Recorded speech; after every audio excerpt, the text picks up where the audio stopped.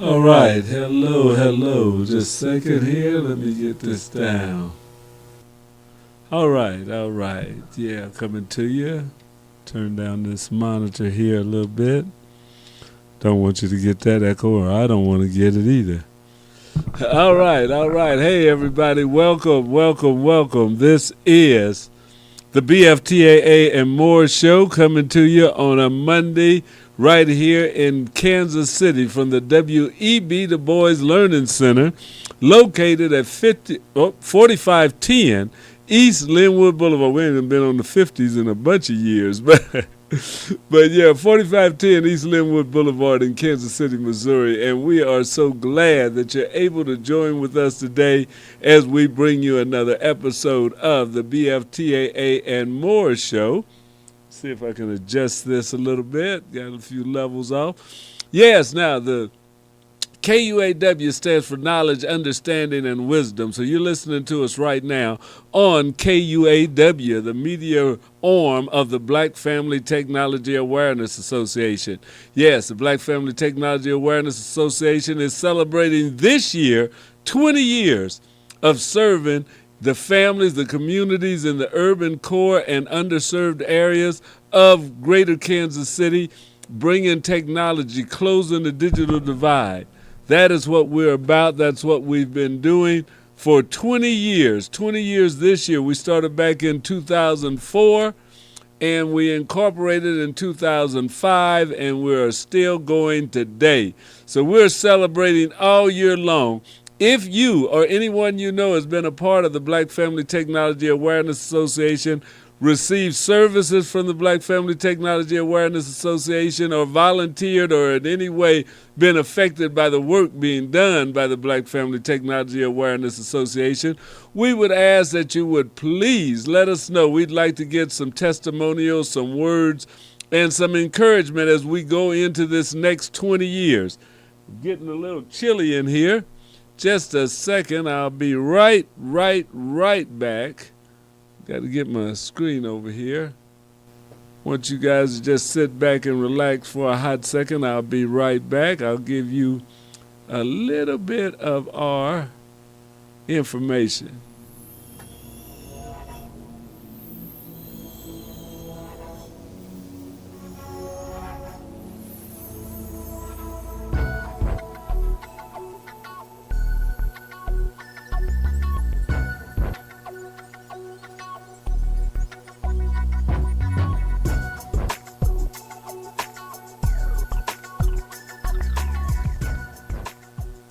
All right, here we are back again. So, as I said, this radio station, Knowledge, Understanding, and Wisdom, was brought together by the W.E.B. Du Bois Learning Center, a 45-year-old organization here in Kansas City, Missouri, and the Black Family Technology Awareness Association, which we've been here for 20 years in Kansas City, Missouri. So we're just glad that we're here. We came together, knowledge, understanding, and wisdom. We call it KUAW. So this is KUAW, and we're glad to be with you today. Well, it's Monday, and I'm wearing, I'll have to show you. Yes, if you see that on the screen right now, the AFC champion Kansas City Chiefs. They're all in for Super Bowl number 58. So I got on some of my attire.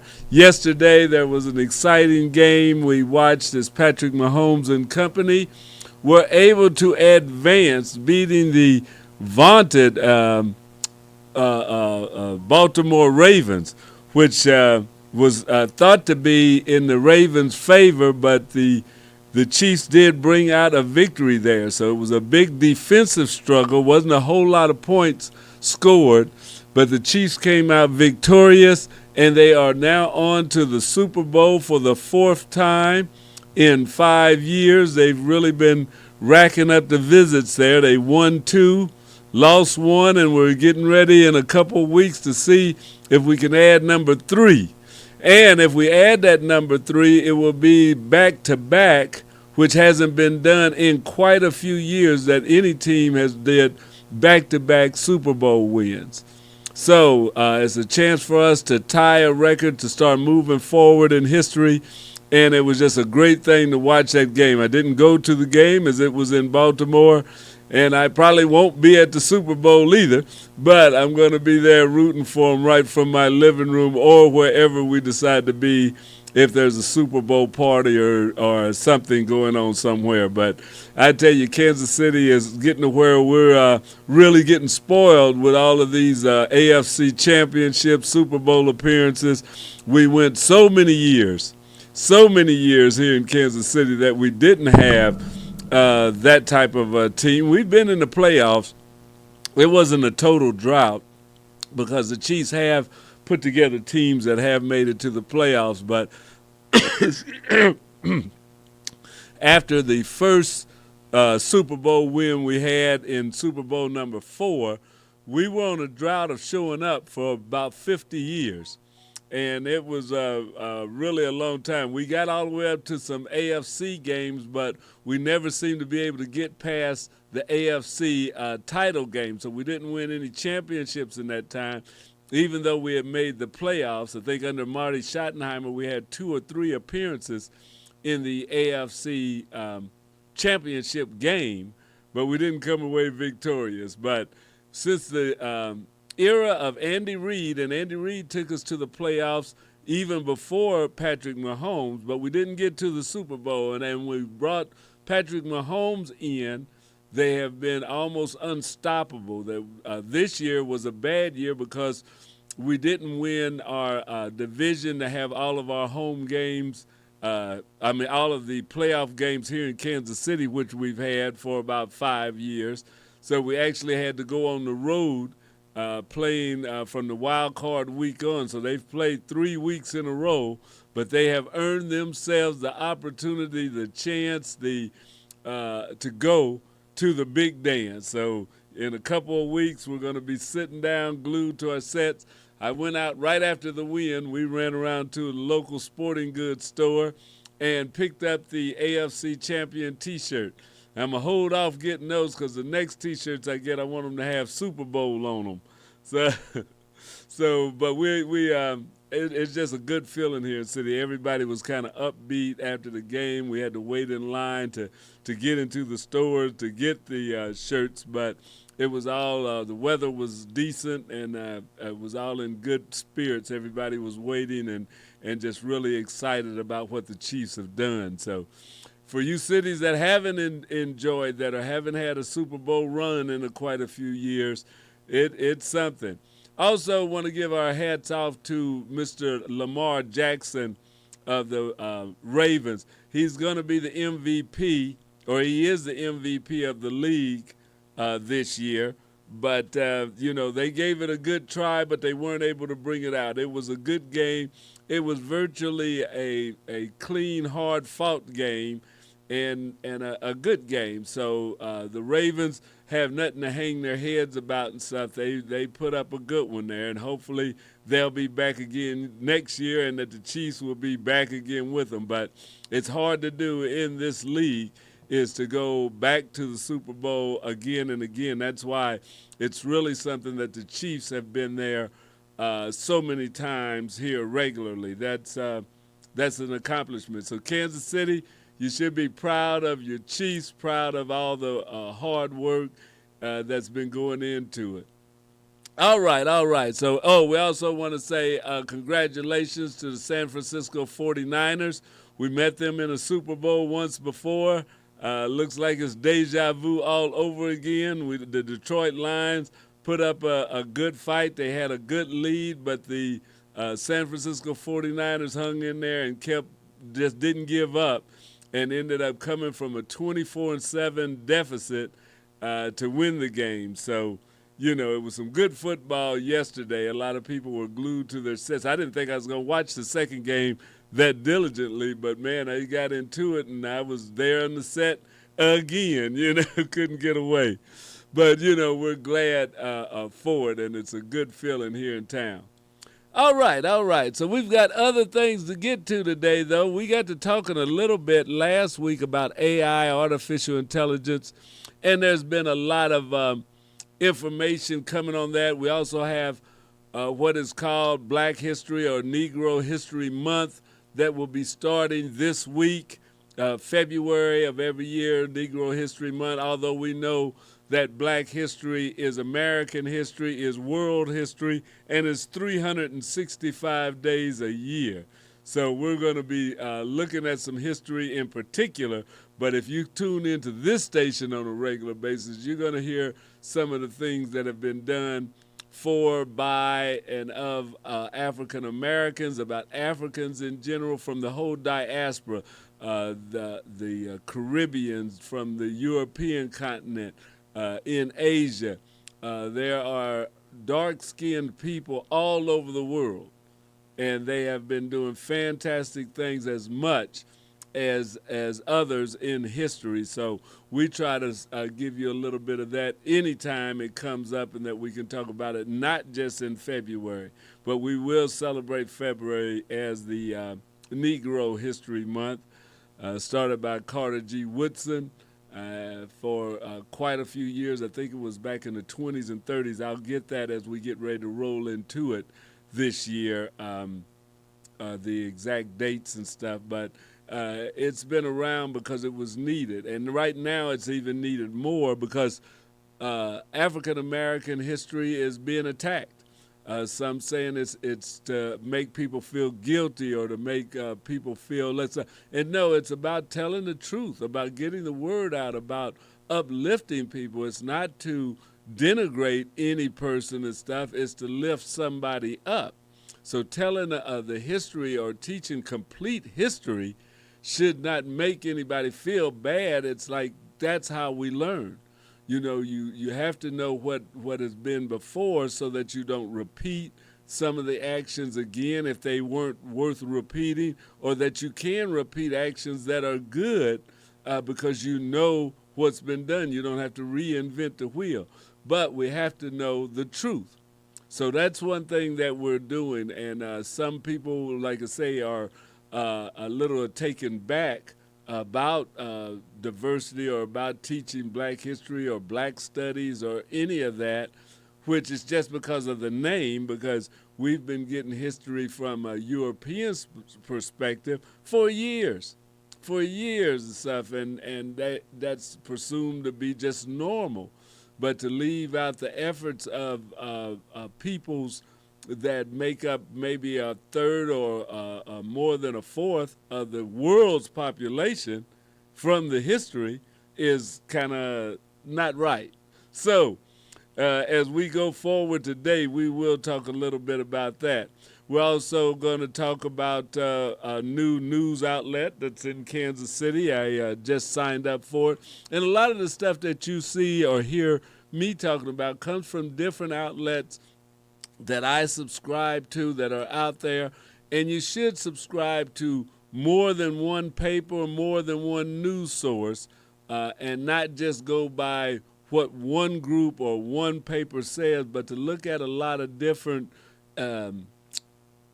information so that you can form a well-rounded opinion about things. Because if you get all your news, all the information from one side, then you may not have a complete view of what's going on. So we try and get more. And we're also going to go into NASA, which we do all the time because this is the Black Family Technology Awareness Association, and we are about closing that digital divide. And we're going to give you some information, some things that are coming up, not really open to the public, but we're going to be out and about in the city. So before we go any further with some of that that's going on, we're going to go now to some of what we usually bring in, and that's what's going on this week at NASA. NASA is the National Aeronautics and Space Administration, a division of the United States government that is heavily invested and does research and development in flight, in electronics and technology. They have been the premier space exploration organization of the world. And so we like to show you what's going on there. And we like to bring it up because kids and families should be looking at NASA, looking at places like that for jobs. We need STEM people, and STEM people need to have a place to go where that their creativity can be exposed and used. And hey, NASA is a good place for it. So let's go right now and see what's going on this second this week at NASA.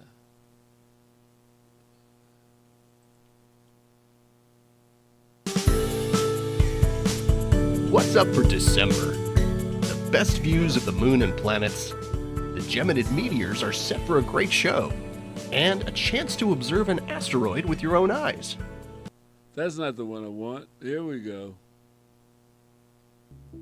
Remembering our fallen heroes, an agency town hall to talk safety, and the end of an historic mission on Mars. A few of the stories to tell you about this week at NASA.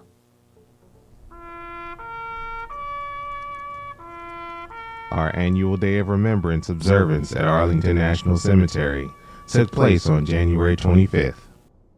The event honors the astronauts of Apollo 1, Space Shuttles Challenger and Columbia, and other members of the NASA family who lost their lives, furthering the cause of exploration and discovery for the benefit of all. Earlier in the week, we hosted an employee safety town hall at the agency's headquarters in Washington. During the event, NASA leadership discussed how the core value of safety embraced around the agency every day is the cornerstone to achieving mission success for NASA. Our Ingenuity Mars helicopter, the first aircraft in history to make a powered controlled flight on another planet, has ended its mission after almost 3 years on the red planet. While landing during a recent flight, one or more of Ingenuity's rotor blades sustained damage and the helicopter is no longer capable of flight. Ingenuity, which was designed to only perform up to 5 experimental test flights over 30 days, made 72 flights and flew more than 14 times further than planned, while logging more than 2 hours of total flight time. Axiom Mission 3, the third private astronaut mission to the International Space Station, docked to the orbital complex on January 20th. The Axiom space crew was welcomed aboard by the station's Expedition 70 crew, including NASA astronauts Jasmine Mogbelli and Laurel O'Hara. The Axiom space astronauts are expected to remain on the space station until February 3rd. That's what's up this week at NASA. For more about what else we're up to, check out nasa.gov.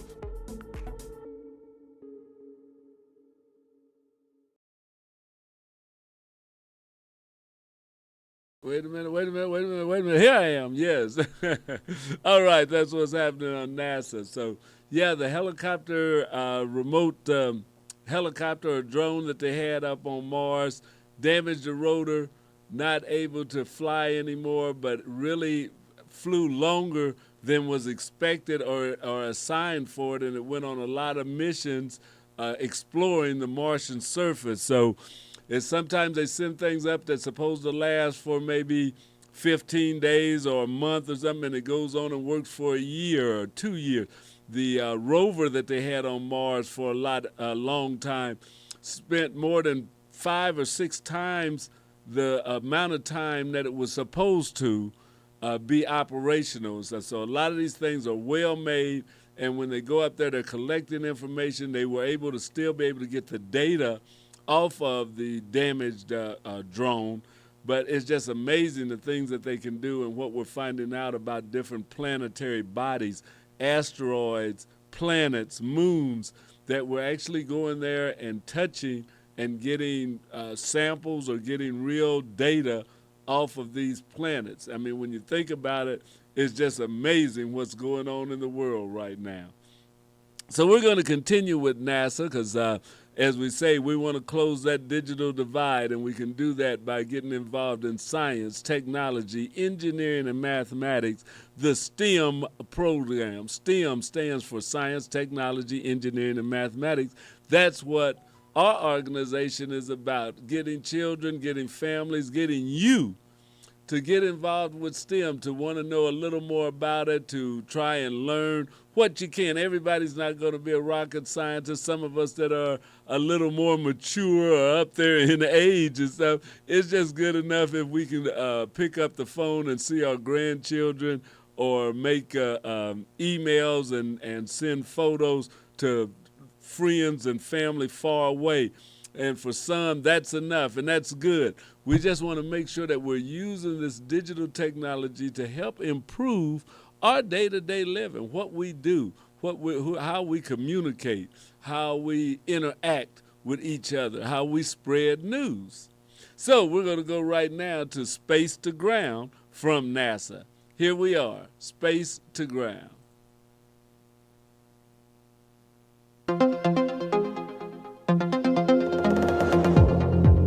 Welcome to Space to Ground. I'm Kayla LaFrance. 11 astronauts and cosmonauts from 8 countries are living and working together aboard the International Space Station this week. More on that in a moment. But we begin on the Florida Space Coast, where teams on the ground are putting the final touches on the upcoming NG-20 launch.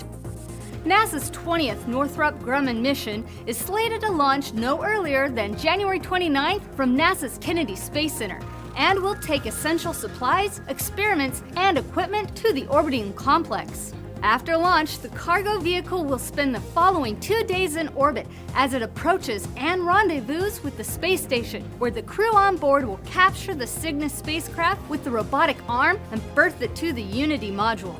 Among the cargo is some notable scientific investigations that the Expedition 70 crew will execute.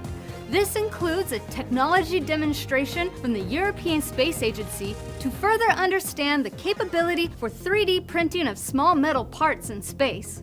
The University of Kentucky's Re-entry Probe Experiment 2 will research conditions that spacecraft experience during atmospheric re-entry, and a robotic surgery tech demo that hopes to test the performance of a small robot that can be remotely controlled from Earth to perform surgical procedures. Live coverage will be provided for both launch and berthing operations, so follow us on social media or watch it on NASA television, the NASA app, the agency's website, or on NASA Plus. Space to Ground. The 4-member private astronaut crew of Axiom Mission 3 docked to the orbiting laboratory on January 20th. Once the hatch was open, the crew was greeted with smiles by the entire Expedition 70 crew. The Axiom 3 crew spent the weekend getting familiar with the space station systems and emergency procedures before starting Monday with a full schedule of science and media activities. The Axiom space astronauts are expected to depart from the space station February 3rd for a return to Earth and splashdown at the landing site off the coast of Florida.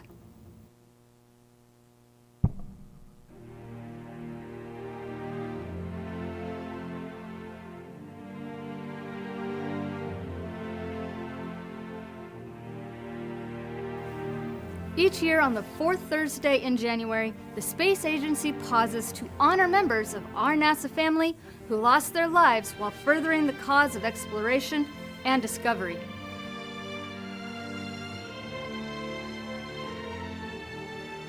On the Day of Remembrance, we celebrate their lives, their bravery, and advancements in human spaceflight.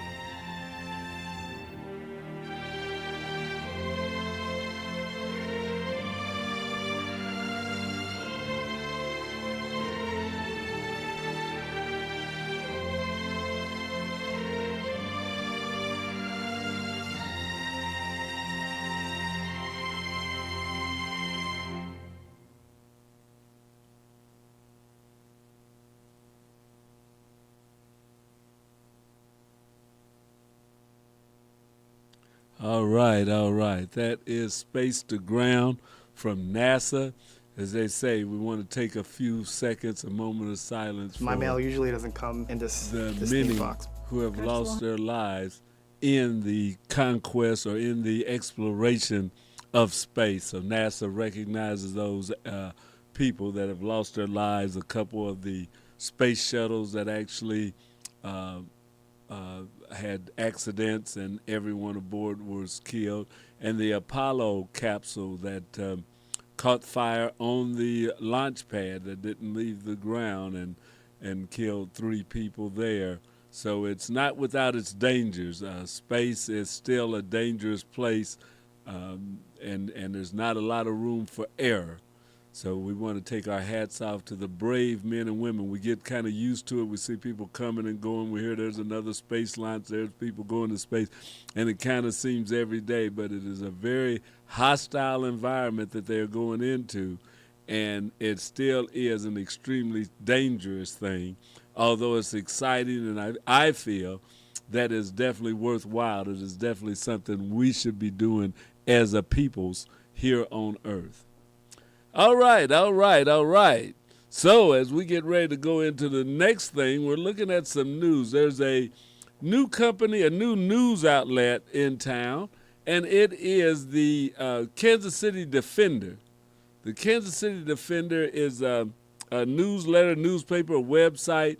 It's doing a lot of the 21st century news publishing. It's not necessarily going to be delivered to your front door as a paper, but it is out there. And I subscribed to it today. I subscribed to a few. And Ryan Sorrell is the founder of the Kansas City Defender and the primary author of the newsletter. Once a week, he says we're going to be serving up the biggest news and trends shaping Kansas City arts, culture, politics, housing, policing and surveillance, tech, and more. He said he started this because I know most people have jobs, kids, and are dealing with everything else life throws at them, so it can be difficult and tiresome to stay up to date with what's happening in the city. So I've taken it upon myself to curate the most important news in a smart, concise, no words minced fashion.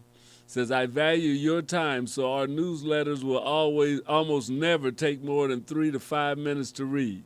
So to make sure that the newsletter gets to your primary inbox, if you use Gmail, you can do that on your mobile. Tap the 3 dots in the right corner, move to, and select primary.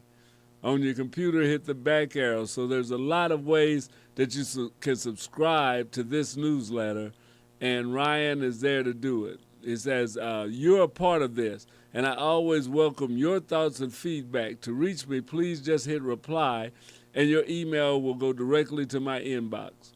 Grateful for the world's most interesting and demanding audience. So they depend upon reader donations to amplify the Black experience and maintain our platform. If you have the means, please support our Black-owned outlet. Support Black news. So that is the KC Defender, and they picked that name to give homage to the Chicago Defender, which was one of the early African-American newspapers that had a wide circulation and many readers that kept them up on the news of things that weren't being carried in the major news outlets. So that's pretty good. And I'm going to check out their Facebook page and see some of the things that they are printing. Let you know the Kansas City Defender has things out there on the page. I'm looking at it now. 12 gets to KCPD held its first major citywide recruitment event, and less than 15 people showed up. Whoa, that's something there and stuff. It says community organizations have long called. They say many KC residents say this is indicative of the white supremacist, misogynistic, fascist nature of the department, which is ranked top 5 worst in the United States.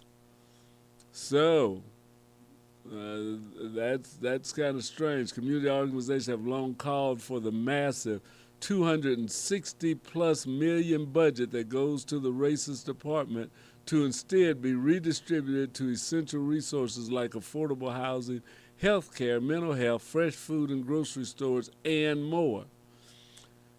It doesn't help that the first white cop in Kansas City history who was convicted for murdering an unarmed black man at his own house, Cameron Lamb, is fully supported by the current white police chief, Stacey Graves, who is advocating for the racist white killer cop to be pardoned. So, and they say a mass exodus is underway at KCPD since being ranked top 5 worst police departments in the country and being investigated by the feds for racism and discrimination. So we definitely have some things that have to be worked on with our Kansas City Police Department. But that's what you can find on the Kansas City Defender page that they are putting out. So we don't know how long, but they are out there now. And it's a broadcast and media publishing company. They have other news in here. Serial killer case found in Missouri River. A new victim. Clay County prosecutor admits greater public safety threat than initially stated. In an alarming revelation, the remains of Janie Crosdale was discovered in a barrel floating in the Missouri River. Police have been searching for Carsdale since January of this year after having identified her as having crucial information regarding the case of alleged serial killer Timothy Hazlitt Jr. Interesting. So this is some of the news that's coming out of the serial killer that was in the community. So that's something that we have to be aware of, that people were complaining that the police weren't investigating it. Now more and more it's coming out that, oh, maybe there is something to what the people are saying. So the Kansas City Defender, you can check them out. They have a page on Facebook. They have, let's see, what do they got? Facebook. They have a web page, Kansas City Defender, all one word, .com.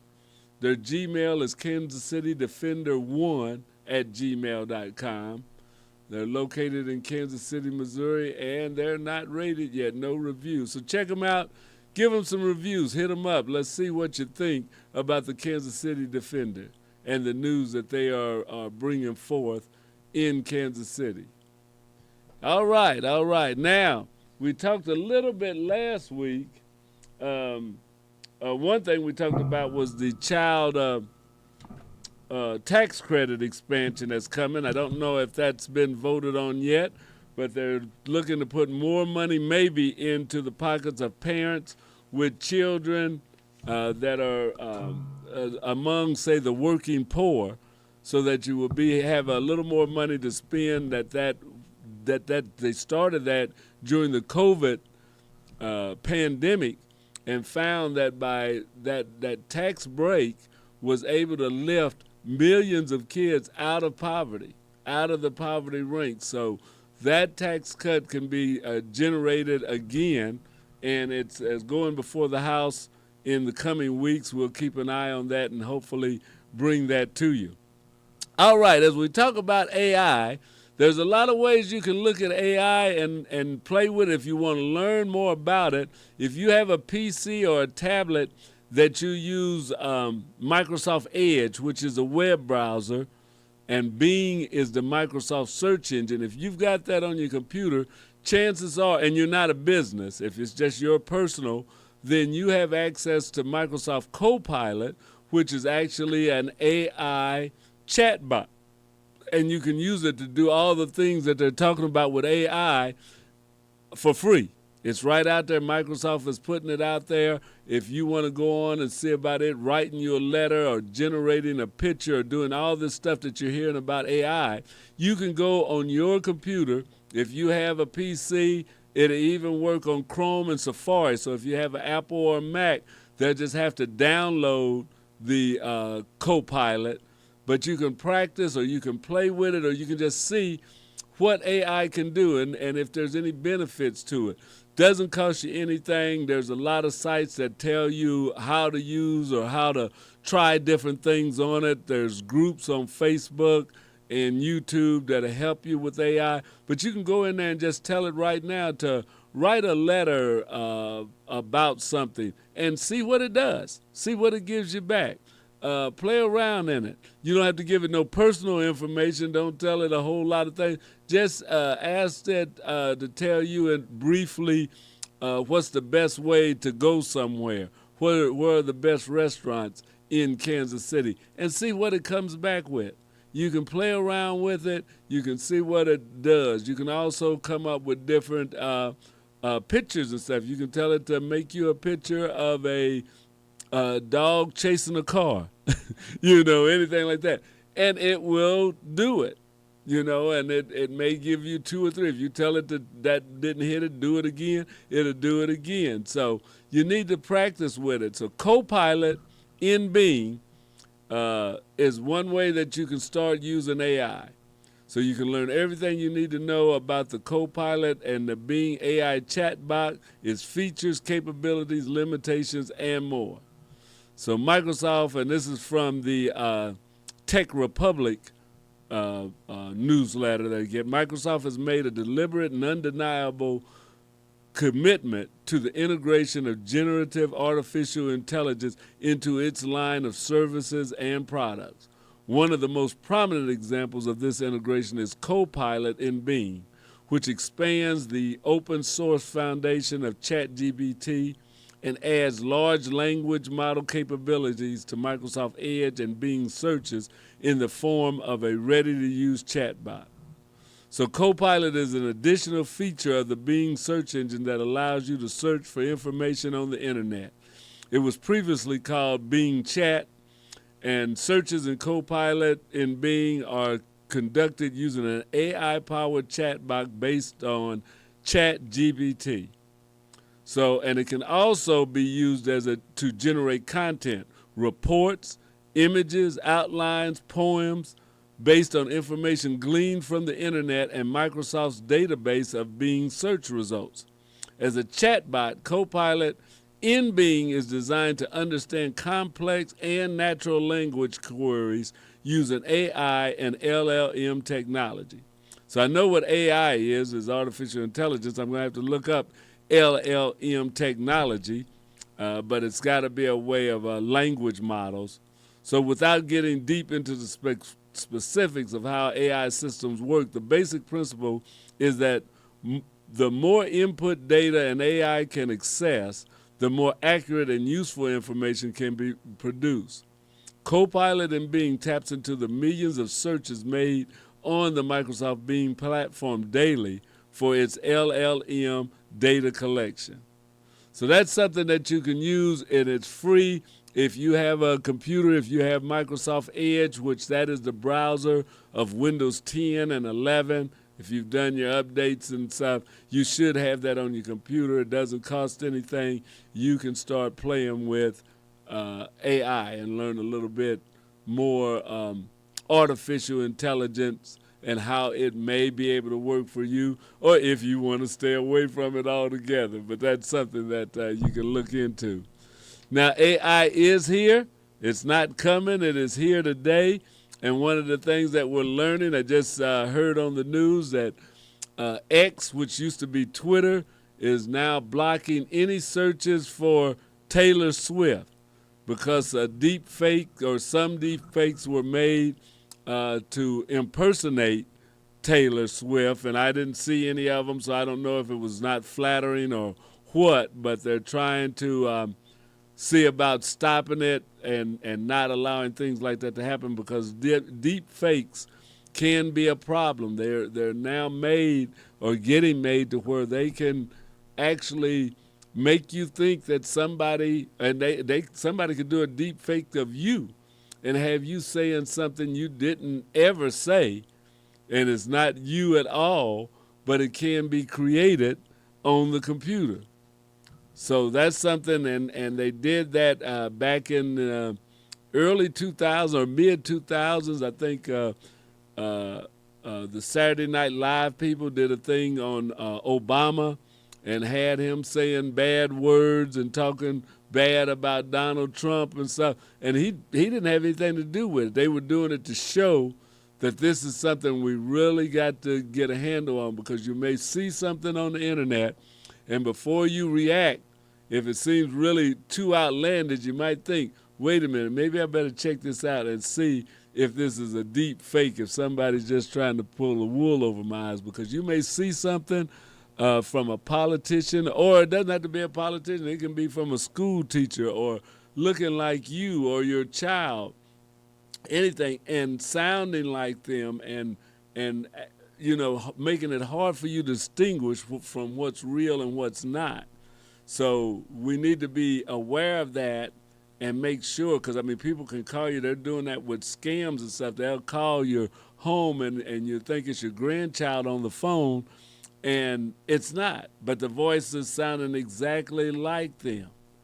That's how good the deep fakes can get now, is that they can make it sound like you and giving you information or instructions or something. So this is something that we're really going to have to watch in the future as it keeps moving, is how do we tell in the electronic media world real from false or fake?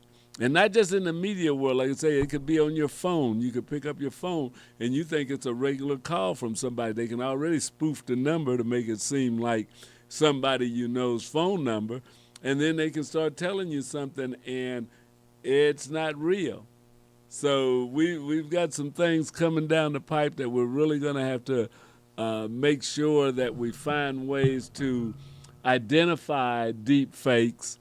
Because, I mean, they can say that they're getting with the text companies and all of that, but, if you have bad actors out there, they can be making this on computers themselves at their home. The information, the technology is already out there. The chat bots are already out there. The ability to do this is already out there. So just telling Microsoft or telling Facebook or YouTube to watch out for it isn't the answer. That's just a little Band-Aid, because it may just come in an email to you. It may come in a post on another network that gets started. So just trying to get the ones that are on the air now to stop isn't necessarily going to do it. So we've got to really be aware of that. And that's one thing that I hope we can start working on. Now, I want to tell you what we're going to be doing tomorrow. We're actually going out to a Hickman Mills Middle School and going to be doing some technology demonstration and displays. This is not a public event. It's for the students, 8th grade students at the Hickman Mills 8th grade center. But Black Family, we go to schools, we go to community centers. We'll go anywhere to help people and to show people. We worked with the Black Veterans Organization to go down to one of the public housing projects and did robotics down there. We partner, we'll collaborate, but we like to bring technology so people can see it and want to get involved in it, so they won't be scared of it or think it's something that's not for them. No, we are deep involved in it as a community, as a people, so we go out and do it. We're going to be at Hickman Mills. If you have a student in the 8th grade or already know about the event that's going to be at the 8th grade center for Hickman Mills schools, come by the table, come by and see Black Family Technology Awareness. Also want to let you know, I failed to mention it, but you can pick up this broadcast all over the city. And right now, we're even being broadcast on our new collaborative partner, KOJH, the Kansas City Original Jazz House, that broadcasts from 18th and Vine. So if you have a radio, you're in your car, you want to hear some of the things from Black Family Technology Awareness Association or KUAW Radio, our talk shows are a part of KOJH 100.1 100.5 on the FM dial. So we're on KOJH 100.5. We're also on Get Me Radio, YouTube, Twitch, Twitter. You can pick us up on TuneIn, the TuneIn app. If you have a smart speaker, like an Amazon speaker or Google, tell it to play KUAW radio, and you can pick us up there 24 hours a day. KUAW is on 365-24. So anytime, go there. We play old school music. We've got some jazz, some blues. We've got some reggae. We've got a lot of different things that you can listen to. A lot of good, interesting talk shows. We've got some entertainment shows. We've got a lot of things that you can check out. So follow KUAW on Facebook, on YouTube. Listen to it in your car or where you're driving around town on 100.5 FM, KOJH, and you can listen to us there. So thank you for listening. I'm your host, Louis George Walker. This is the BFTAA and More Show. We'll be back again next Monday from 5 to 5:45. See you then.